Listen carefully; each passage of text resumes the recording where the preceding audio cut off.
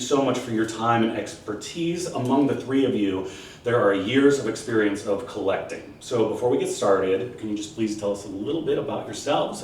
Ladies first. Hello, my name is Mariana, and I'm the owner of Queensland Antiques. I'm a collector and a purveyor of fine china. Hello, I'm Mariam. I'm a scientist. I'm mainly a collector. I enjoy collecting beautiful items from around the world and enjoy them. Oh, thank you very much. I appreciate that. My name is Paul Romero. I am a composer and a pianist, and my primary thing is I write music for computer games, but my secondary thing is I really love to incorporate beautiful things from other centuries by other artists in different medium, such as stemware. So what we're looking at is a few examples of an artist named Ludwig Moser, who was a very prominent glassmaker in the second half of the 19th century. So all of us love his work, and all of us collect his work, so we thought it would be kind of fun to just talk to each other about these pieces, why we like them, and how we incorporate them into our lives. Great, so can we start with just talking a little bit about the history? I know there's a lot of great stories among the three of you, so just go for it. So you both know, so this man who made these pieces, he's Swiss, right? He was born in Switzerland? Ludwig Moser was born in 1833 Okay. in Karlovy Vary in the Czech Republic. Oh, okay. And which used to be Is it Germany? Carlsbad in Bohemia. Okay. And now it's the Czech Republic. I heard, you know what I've read about that place is the beautiful spa. Because it's on a river. And so he put his factory on this river, right? And so I think what I know from how glass is made, you need to have a river, because do you know how glass is made? Yes, I know. But just kind of get the nuts and bolts. So what we're looking at is technically glass, but the way he had to make it, he had to go to some mountainous area where there's this kind of rock, and you got to get this rock, and this rock has a particular amount of silica. So sand has silica, like on the beaches, but it doesn't have high quality silica, or not enough. So he found an area where they have this stone from the mountain. You get the stone and you got to crush it to death and make sand. But then you get that sand, and then you have to mix it with limestone too. You got to go someplace to get limestone, and then you have to go some other place to get sodium carbonate. So sodium carbonate is a very particular material. If you look at any lake that is losing the water, the rim around that lake, there's a residue. And it's kind of a sodium-based material called sodium carbonate. So he found that if you take these three elements, you crush them to death into a very fine sand, and you wash them, you're going to get this great material, like this perfect powder that you heat it to like almost 2,800 degrees, and it will melt and turn into plasma, which then you can create all of these beautiful things. But you have to know the right balance of all those things to make such clarity and such a beautiful type of glass. So it's really interesting that all of this kind of starts with rocks and sands. Yes, and with that particular ingredients, that's what created lead-free crystal. Oh, that's right. So what does that mean? Moser Lead-free is known for having lead-free crystal, which is very clear quality, and the difference between Moser glassware and other factories, you could tell by its weight, you could tell by its clarity, you could tell by its gilding, and the decorations. So why is, you're a scientist, why is it whether you put lead in glasses or the paint to make plates, why is lead a deal breaker? So lead is poisonous. So we tried.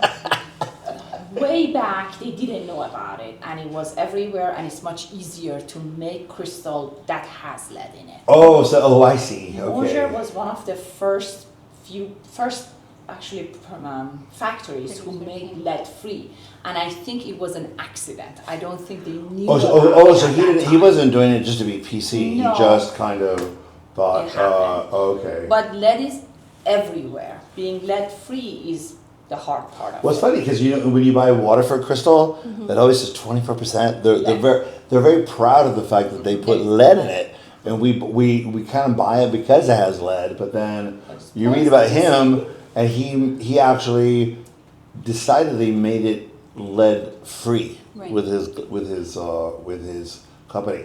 But it's actually interesting because you look at these colors, like on these, from what I know about science, to make the red color, you have to put 24 karat gold in as the glass is being made, right? Correct. So that's why anything with a red High is going to be the value. most expensive to get this color. So and I know like the czars of Russia, they like this color. Kings and queens, they liked the red, as opposed to maybe this topaz color. I'm not really sure what the mineral was to make this, but I think it's less expensive than the gold. But the one that I really love the most, that really resonates with me, is the cobalt. So the Yes. cobalt is included to make this beautiful blue. There's something about the blue because it kind of matches your Yes, outfit. It's gorgeous, and I love the cabochon details, the raised panels. It's absolutely gorgeous. With the 24 karat gilding, it's just phenomenal. Why is his gilding so much stronger than other pieces? It's heavily polished. So does he use more gold than other people? I know it's double layered. Okay. The glassware is heavy because it's also double layered. Okay. Most of the colors you see here are also double layered with colors that are inserted. Oh, And then okay. they're cut out with the cabochons. Oh, I see. So Yeah, this kind of matches your ring too. it does. She got the memo. And Moser is very known for highly polished pieces, and especially if you look at the base of the glassware, you'll see all the bases are extremely high polished, well finished. I love this one. This one with all the little leaves, that I think they're gilded from the bottom. Yes.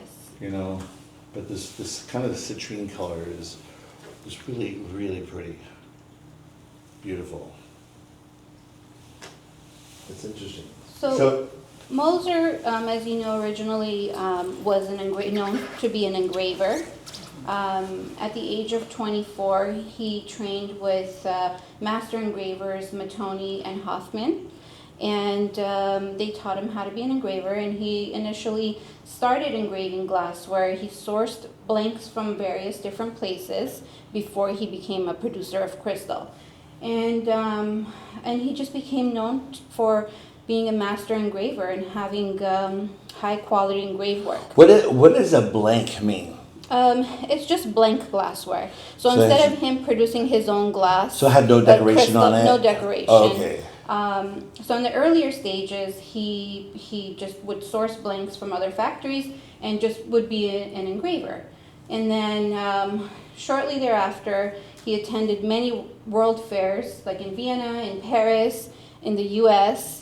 And around 1857, he actually created his own factory where he produced his crystalware Wow, so with he those was ingredients. he was in his 20s then. In 24, around Yeah, 24, that's yes, amazing. mid-20s. That's amazing to start your own company with these materials. This is not like working with sticks and dirt. You're working Right. with very So- expensive materials and a river, right? Exactly. Yeah, that's a really big undertaking. That's kind of amazing. So by attending some of those world fairs, he was quickly recognized by many of the emperors, the shahs, the kings of England,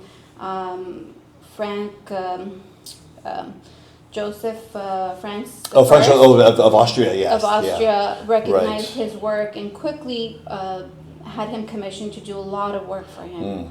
And that's where he gained most of his recognition. And then slowly thereafter, he was recognized by King Edward the Seventh, I believe. Of England? Of England. Oh, okay. And many of the other emperors and kings and shahs and aristocratic families started commissioning his work.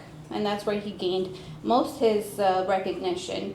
In the earlier parts of his work, it was late Victorian era. So you'll see through the late 19th century and early 20th century, the styles kind of transition from late Victorian to early Art Nouveau, and then you have your Art Deco. So that's how So they still exist, right? The company still. They do, yes. And it's funny because the price point. What I've seen these stems now, they can go like the brand new ones are like what 1,100-1,200 per stem, Yes. and they're very simple. They're not all like these. Yes. So I feel like I like these better because I feel like there's more manpower. But I know at one point he had 400 employees. Right. That's a lot of employees. So in 1930, the family sells the company. Oh, they did? Yes, the family sells the company and they don't want to be involved anymore. And that was during the Soviet Union era. But in 1991, they buy it back. So Really? they bring back the company to Czech. Wow, that's now amazing. it's Czech, and they back Oh, to that's the great. original country So, now. so that means because I've seen on the advertisement they're 165 years old, and they're still in the same location as they were making the original Yeah, they pieces. took a 60-year break and then they came back. But Wow. it's very important that they brought it back to Czech, and Right. it's made in Yeah, Czech again. yeah, back in and their family hands. Yeah, that's amazing. So Is it- when Moser passed in 1916, his brothers took over the business. He had, I believe, 3 or 4 brothers that were the artistic directors and the creative makers of the glassware and other pieces that they were known for. Oh, when I look at these are the piece, the styles that I like look like they are almost Byzantine. I like these little panels of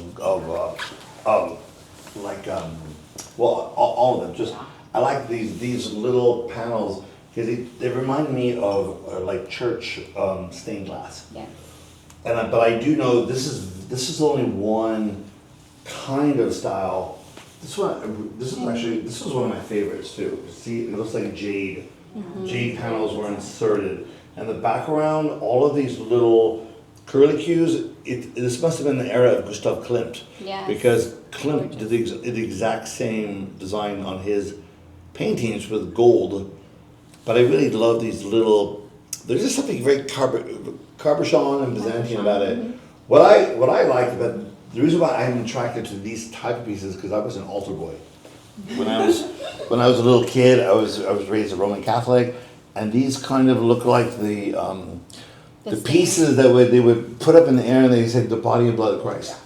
So they have a special kind of feeling to me, like mystical, as opposed to just like for me, like this one I like, but it's not. I know it's a lot of work, but it's not one of my favorites because it's very decorative, but not mystical. It's fanciful, and it's whimsical, but it's not mystical looking to me. So I like the ones that look as if they have a mystical power. I think you're also gravitated to a lot of the jewel tones. Yes. Moser was known for creating specific jewel tones like the amethyst, the cobalt blues, the beryl greens, the cranberry, the ruby colors. So you're very much attracted to the jewel tones. And Moser was at the time also known to be king of glass because he was a supplier to many of the emperors and the kings at the time, and it was like a jewelry for your table. It really looks just like a jewelry for your table. Well, you know what? So she collects a baccarat. She has a set that I think was very similar to one of her pieces is over here. It's this one. This piece was also in the Vatican. So this is not Moser. This is baccarat crystals. This is the French. This is the company that made like chandeliers for Versailles and for all the French kings. And she's partly French, so this is actually one of her pieces that she gave me. From 1860. Yes. And you can see a lot of similarities between Baccarat and Moser at this time. I believe Mariana, correct me if I'm wrong, these pieces are around 1870. Late 19th century. Yeah, Yes. so right after Baccarat. So do you like Baccarat better than Moser? I do. Get out. Get out right now. The reason why I like Baccarat more than Moser, a little more, not substantially more, could be the French connection. Okay. You know, it goes back to I was born there, I grew up there. I had a French father, so I have that connection with. But that also, all your chandeliers in your house are Baccarat. So yours too. Yeah. And I also have a French tie to France. My husband's family is French, so you know we. Do you have a? But do you have a like? Is Moser one of your favorites, or what? How do you feel about Moser?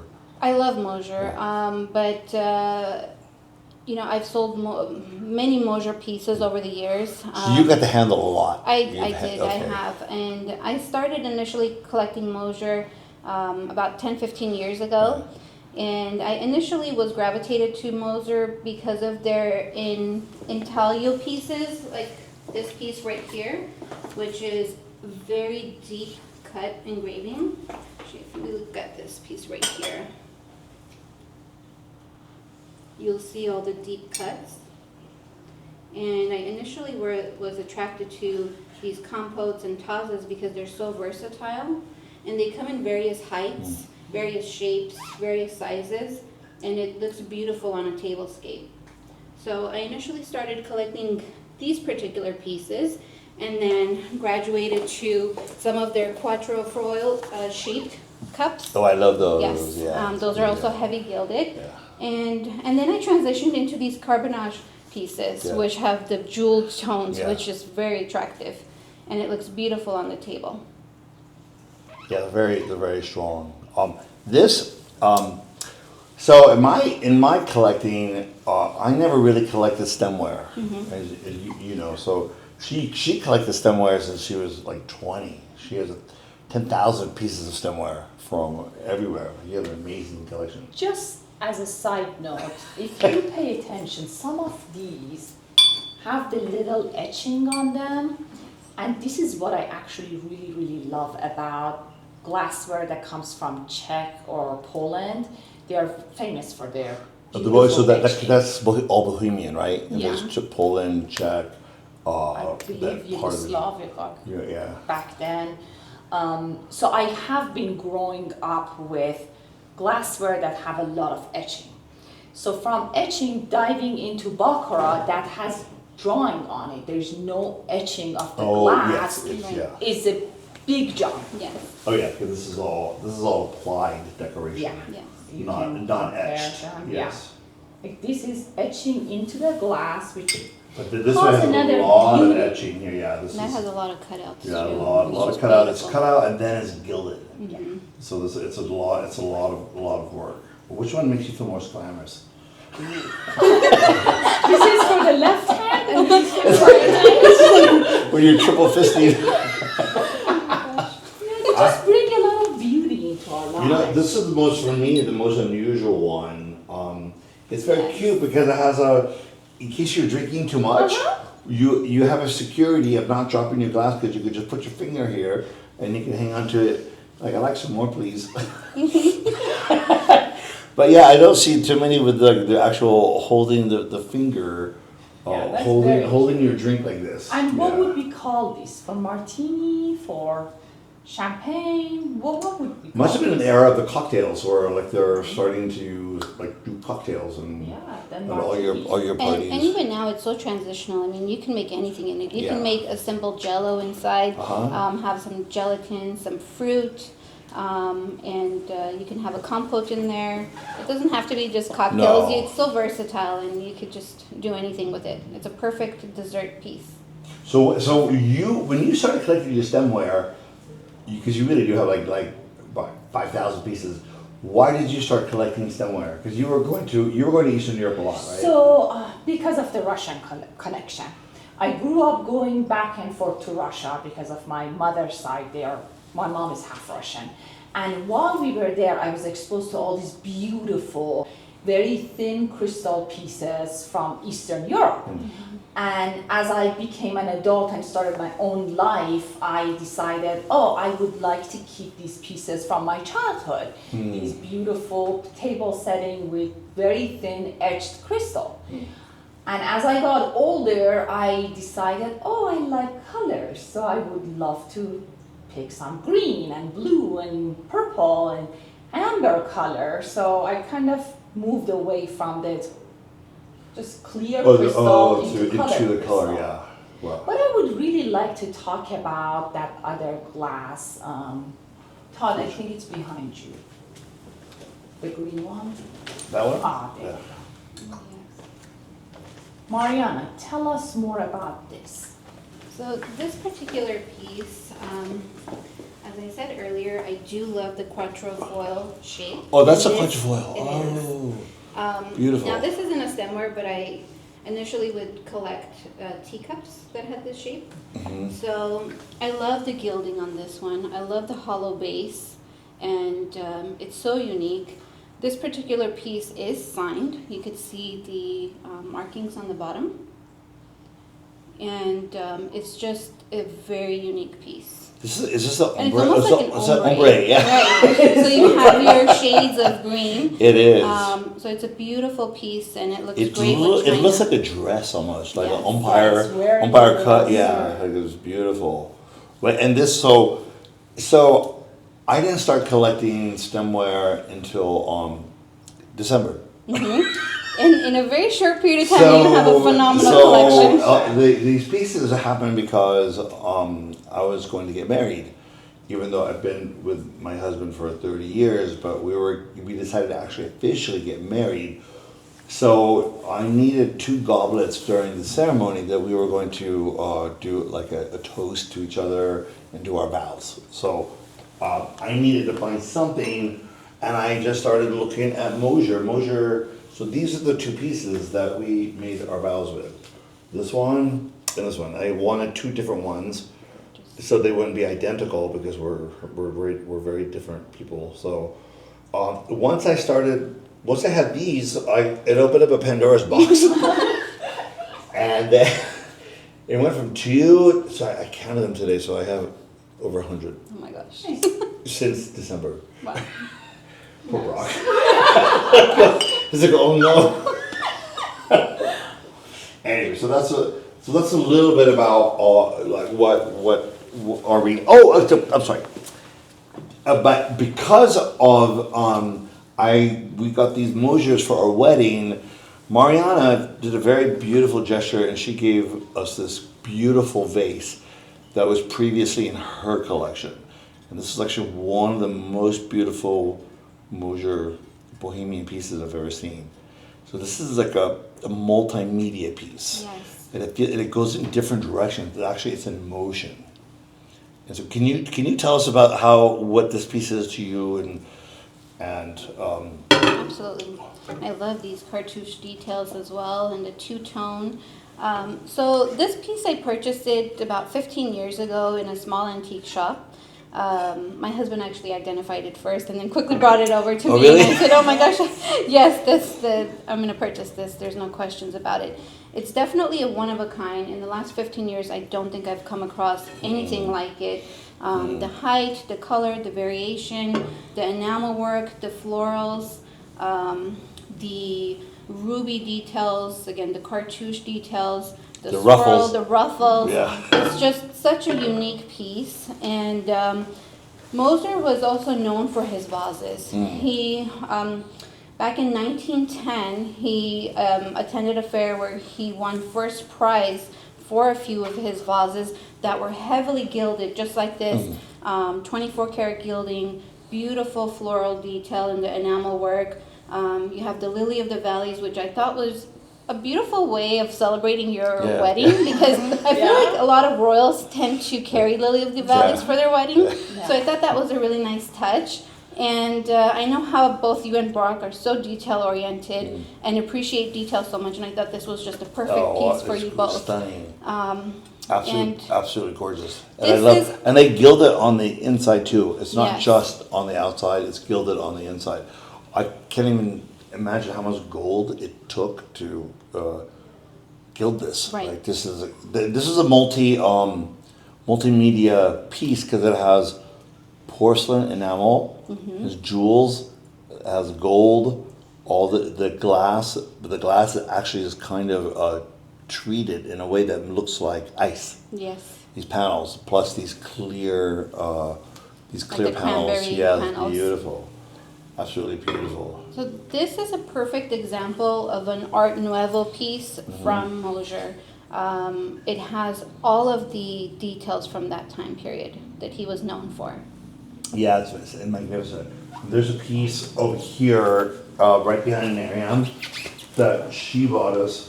It's very different. It's also Moser. This was also for our wedding, and this one, it's very large scale.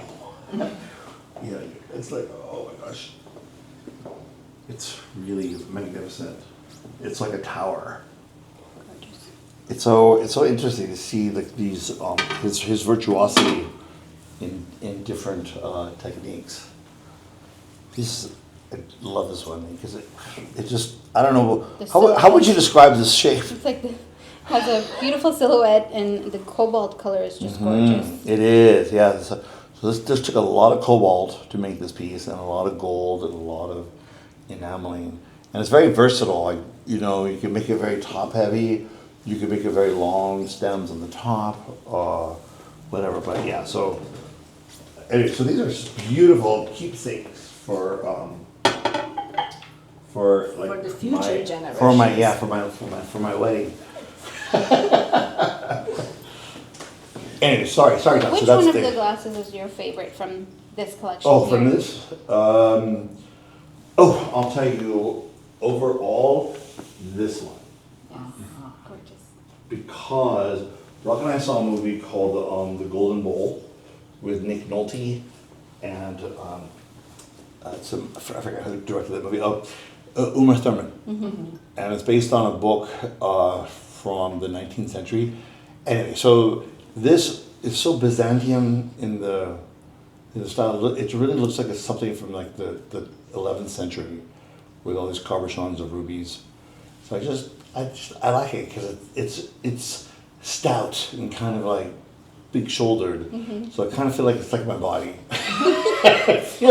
I relate to this piece physically.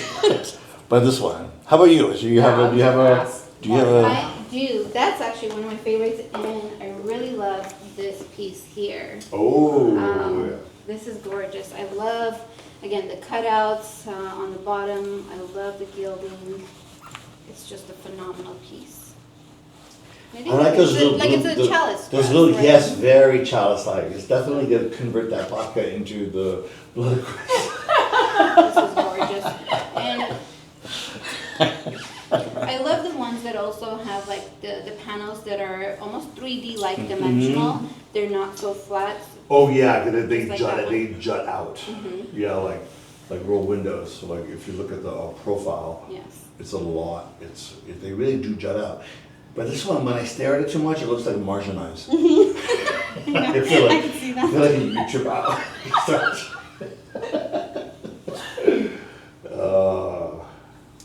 And many people also ask, how we're able to authenticate some of the Moser pieces. As you know, the earlier pieces for Moser were not signed. When they were commissioned by royals, or if they were commissioned by private families, they were not signed by Moser. And if they were signed, they weren't etched on the glass. There wasn't any markings. They would apply a sticker. So over the years, the sticker would fall off, and the glassware would not have any markings until towards the late 19th century, when they started etching their markings onto the glassware. But the way you could tell the authentication of the glassware is based on the weight. These are quite heavy in comparison to many of the other glassware from other factories. And those are very heavy. Those are like weapons. I think most of these are quite heavy. Similar to Baccarat. Baccarat is very heavy as well. And you could tell based on the polish work, the engraving, it's just so perfect and precise, where their signature look is their marking. You could You're just right, quickly yeah. look at a glass and you know that's a Moser You piece. have one over there that's very interesting. Yes. That you kind of This compare one? it to this one. Yes. So many people ask, how do you know the difference between Bohemian glass and Moser? If you look at Moser, you'll see, again, there's the raised panels, which is almost like a 3D effect. They're like windows that jut Yeah. out. They actually lift off the glass. And if you look at a simple Bohemian glass, you'll see that it's flat. There's not much going They for just it. painted the panels on, but they're not And really jutting weight-wise, out. you can also tell that it's so much more Yeah. lighter as opposed to the Moser pieces. Yeah, that's very Yeah. interesting. Huh. I love that. Well, obviously, people from all walks of life love collecting items, from cars to purses, artwork, to use, to display, to show off, perhaps to buy as gifts. Can each of you just fill us in on like what you are as a collector? Why do you buy and how do you use them? I buy them to enjoy them, especially for my parties. I like to give people real glassware, real plates, real silverware versus our generation tends to use paper plates and paper cups, plastic cups. How often do we get to have a beautiful table setting with beautiful glassware and plates?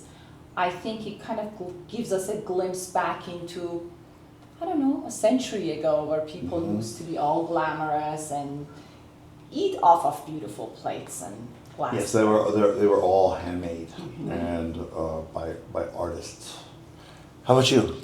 For me, as you know, I'm a collector, I'm a reseller, so for me, I always look to find the highest quality pieces. I love tablescaping, I love color matching. I have an extensive China collection, so for me, Moser came into play when I started collecting many jewel toned plates, dinner plates, and I really take pride in color matching. So when I do my tablescapes, a lot of times most pieces are it's all matching. Right. You don't have a lot of variation. So it's Well, color blocking. Color You're blocking. Color blocking, yeah. and I Yeah. really enjoy having the same tones along the tablescape. And when, again, like Miriam said, when we're entertaining, I take so much pride and joy in having my guests really enjoy what I've collected over the years. And I take great pride in that, knowing that my guests enjoy. Yeah, that's true, because I Yeah. feel like, well, so for me, I like, what I particularly like about Moser here is they look like jewels to me. Almost like you have a tray full of rubies, sapphires, topaz, emeralds, diamonds, it has this kind of jewel-like feeling Yes. to me, which is very different than before before I started collecting these pieces. We had regular stemware, not regular, but it was Waterford that we inherited. Crystal clear. Just stemware from I don't know, Pure White Imports, just regular. I never really thought about it as an art form until I started coming across pieces by Ludwig Moser. So I just fell in love with Ludwig Moser as of December, and it's a new thing to me. So, but Brock and I, we like to have people over. Since I'm a musician and I play music from the last 4 or 5 centuries, I like to understand pieces of antiques in terms of what era they're from, how are they used, and in relation to the music that I actually play, and how I can imagine what these pieces were made during the time of the Civil War, during the era of Brahms, during the era of Franz Liszt, Rachmaninoff, Debussy, all the great composers that I love. But I also collect porcelain at the same time. So my husband is a great chef. So when we have people over, in order to match his quality of cooking, for me it's nice to find pieces that we can present his food on. So So I set up a little tablescape here. Let me, excuse me, one second. I'm just going to show you how these pieces are incorporated into a table set for dinner. So if let's say you're an aristocrat back in the 19th century, and you're coming home for dinner, and you're just by yourself, this would be kind of your table setting. You would have your beautiful glass of champagne, your consommé soup, usually like a bone, like a beef broth or a chicken broth. You would enjoy that. You might have an egg with a caviar, a piece of meat. As a dessert, you might have some beautiful nuts that are formed with honey. And you can have all your stemware. These are Moser pieces. You can start with your cocktail. It might be a gin and some lime. You can enjoy your red wine with your meat. Maybe perhaps a glass of champagne with just a little bit of your dessert, so a cup of water, maybe perhaps some brandy afterward. And as a pick-me-up, you can have some hot tea or some hot coffee here. And this is kind of how your setting would look. And you might, if you need some more water, you might add a porcelain piece, pour some more water here in your little private oeuvre. So this is how it all kind of comes together. And this is also a Moser piece of Mariana's that would be filled with water. So as you can see, this is a very nice setting to come home to for your late night supper. And this is only for one person, so you can imagine expanding this to 2 or 10, or this is why you need to have a lot of pieces. Bottom line, we run out of pieces. Yeah, this is why you gotta keep collecting. Well, that's wonderful. Many of these stunning pieces originate in locations all over the world and have changed hands many times. If someone watching today would like to start collecting, where does one start looking? Ooh, Oh, that's a good question. You're Queen's welcome to Antique. visit my site, Queens Lane Antiques. No, so what is the site? Queens Lane Antiques. I'm on Queens Lane Instagram. Antiques. You Instagram. can find her on Instagram and Yes. yeah. And many auction houses, estate sales you might get lucky with, but I would say just start by looking online and seeing if there's any auction houses. What does one if one wants to start, let's say, a particular Moser collection, what should they start with? First, what they're gravitated towards, Okay, what so- piece of Moser So from what era. before they start buying, they should just start looking at what Moser is. Yes. Right, And because there's a lot of different styles of Moser. exactly. So you need to get acquainted to what your own personal style is. Yes. But your style will, I find, reveals itself because as you just do a Google search of Moser glass, and there'll be a million pictures up. Or you can go to Getty Images or Alamy, and any of the image companies. Just put the name Moser glass. If you're looking for stemware, put Moser stemware or Moser goblet, and then let AI just reflect all the millions of pieces that he made, and you start looking at what your brain is actually naturally gravitating towards. And once you kind of see what you are finding. What your brain is telling you is beautiful, then you can start looking within that market. I agree. Or even like Pinterest, for example. Yeah. Pinterest has a lot of Right. items there too, and you can start creating a collage of things you like, and then when you go back to it, you'll see, oh, it looks like I've pinned quite a few of this particular Yes, piece. yes, It looks like- it will reveal yourself. Yeah. Like this is that's also a gift from Marianne here, but this. I'm not sure if this is a goblet, because you hold a good amount of champagne, but this is very different than, let's say, this. So Yeah. it's very important before you start purchasing what direction you want to go, because this way you can have a more consistent collection.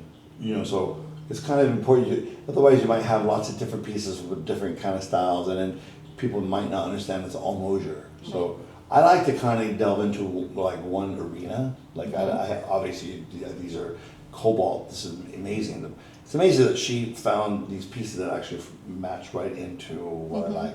This is a multimedia piece also because it's enamel and porcelain, glass, gold, and jewels, whereas this is just glass and cobalt. So yeah, so it's very very interesting how do people know if it's real or not? Like that's the other thing.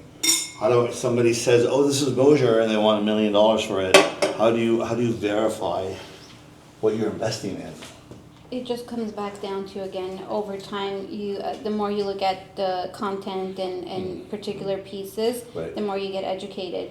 And as you start handling these pieces, you also are able to determine what's really authentic That's and what's true, not, actually, similar to the yes. other glass we right. have. Handling, Um, like physical handling, is very important Yes. in particularly like stemware or these kind of items where you really, if you can go to an antique store, ask the dealer to let you handle the pieces so you can feel the weight differences.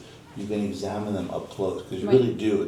It's a very tactile thing, isn't it? Yes. You really can see or feel it, the differences. And you can tell by the color and the quality. If you and you can tell also by the gilt, the 24 karat gilding. If the colors seem off, then Right. those are some of the signs that it may not be authentic. Right. Now, what if someone goes online to say like a site like eBay? I assume you can go on and bid and win items like these there. And you get them, they're shipped to you because you obviously can't see them ahead of time. How do you then know if it's not real, what to do next? You can always contact the seller. And to be honest, when you start being a collector in the first few months, you make a lot of mistakes that you're going to learn from your mistakes. You end up buying pieces that are not real and you might get stuck with them, but I will call it the cost of experience. You Yeah, learn. that's true, You just yeah. learn from your mistakes. And Most dealers, though, most reputable dealers, they do offer a full refund if Authentication. you are not happy with it, and you can return it because they need to keep their business pretty transparent and 100% satisfaction. So, have you ever made a mistake? oh yeah, I made a lot of mistakes. You have, like you bought something and said, That I "Oh my bought- God, this is awful." And you- That I bought something that I thought was a Royal Vienna, and I received this like, this is It may not be. not a Royal Vienna. This is a decal. But it's just price of. Have you made a mistake? Of course, I Yeah. think we all have, Yeah. and I find that those pieces are it's a learning lesson. Yeah. So you learn from what you buy, and sometimes they're nice pieces to re-gift as well. Mhm, So right. a lot Yeah. of times guests will come over and they'll like a certain piece, and maybe if you're no longer into that particular piece, or it's not to Right. your par or to your collection, then you can start gifting them or. Yeah. Well, that's true. But you know, one of the worst things happens to me is it's the opposite. Where I know it's the real deal, I get it, and the dumb person who shipped it did pack it properly, and they Oh my arrived gosh. completely broken, Yes. and that is so heartbreaking. Yes. So, like for instance, this tall one right here, there are 3 more that are brothers to this red one, but they all died because. The dealer packed them, actually didn't even put in packing material, just put them in a box. Yeah. And they arrived all like decapitated. I was so, I go, Devastating. these glasses have survived for 150 years, and this person makes a mistake and now they've murdered those pieces. Unfortunately, and that's actually what increases value because Yeah. over the years They it's break, less and yes. less. It breaks through. Inventory. Yes. Yeah, inventory Yeah. becomes less, and it breaks through during transit and Yeah. on professional yeah. packing. Right. Now, obviously, I don't want you to go through each piece and tell us what you paid for it. But for the audience, if they're watching or thinking about purchasing first, what's a price range, a normal price range here, where they would see it online and be like, oh, that's gotta be real if they're asking this kind of price for it? You're the dealer.